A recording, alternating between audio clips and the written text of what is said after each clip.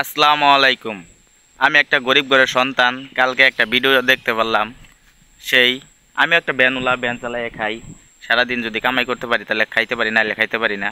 তো আমি যেহেতু একটা গ্রামের ভ্যানুলা, আর একটা ভ্যানুলা অটোওয়ালাকে যদি আঘাত করে তাহলে কিন্তু আমাদের কষ্ট লাগারই কথা।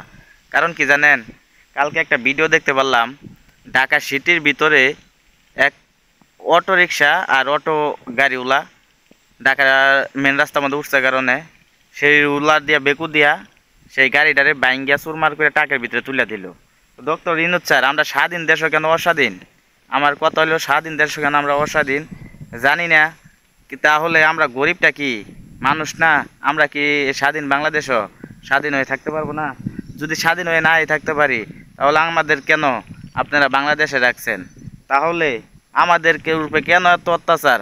আমরা তো এই বাংলাদেশেরই সন্তান। তাহলে এই আরো অনেক বড় বড় গাড়ি আছে, সেগুলোর উপর অত্যাচার না করে আমাদের মতন গরিবের রূপে এত অত্যাচার কিসের জন্য?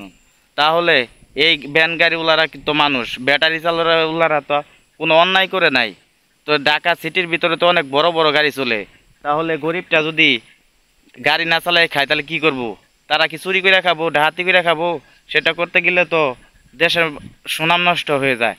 তো আমি এই ভিডিওটা দেখার পরে আমার শরীরের গাউটা শুধু চিনচিন করে উঠলো। তার আমি একটা ভ্যান উলাইয়া আমি কিন্তু ভ্যানটা নিয়ে ভিডিও বানাইলাম। তো ডক্টর ইনুজ স্যার, একটা কথা মাথায় বেঁধে রাখবেন যে আপনার ওই ভ্যানটার উপরেই কিন্তু একটা পরিবার নির্ভর করে। তাহলে আপনার লোকেরা যে এই কাজটা করলো, তার ওই পরিবারের লোকের অবস্থাটা কি আর তারই চলার অবস্থাটা কি সেটা একটু বলবেন। আর আপনারা লোকেরা যে এই কাজগুলা করলো, কারণ মনে করেন ওই পরিবারটা এখন নিঃস্ব হয়ে গেল। একটা এনজিও থেকে টাকা তুলে কিন্তু একটা গরিব গরিব মানুষ ওই রিক্সাটা বাঁধছে, তার সংসারটা কিন্তু ওই ভ্যানের উপরে নির্ভর। তাহলে কেন এই লোকটারে পঙ্গু করে দেওয়া হইলো?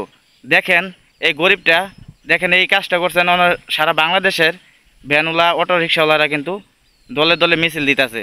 এখন দেখেন দেশটা কোন পর্যায়ে গেল। তা আপনাদের কাছে এটুকুই আমার আবেদন রইল, আপনি এটার কোনো একটা সংশোধন করবেন। না হলে বাংলাদেশের যত অটো চালক ভ্যান রিক্সা যা আছে যদি খেপে, তাহলে আপনার কিন্তু গদি নিয়ে টানাটানি বাজবে। তাই এমন কিছু করেন না যেন স্বাধীন বাংলাদেশটারে অস্বাধীন করেন না। আসসালামু আলাইকুম।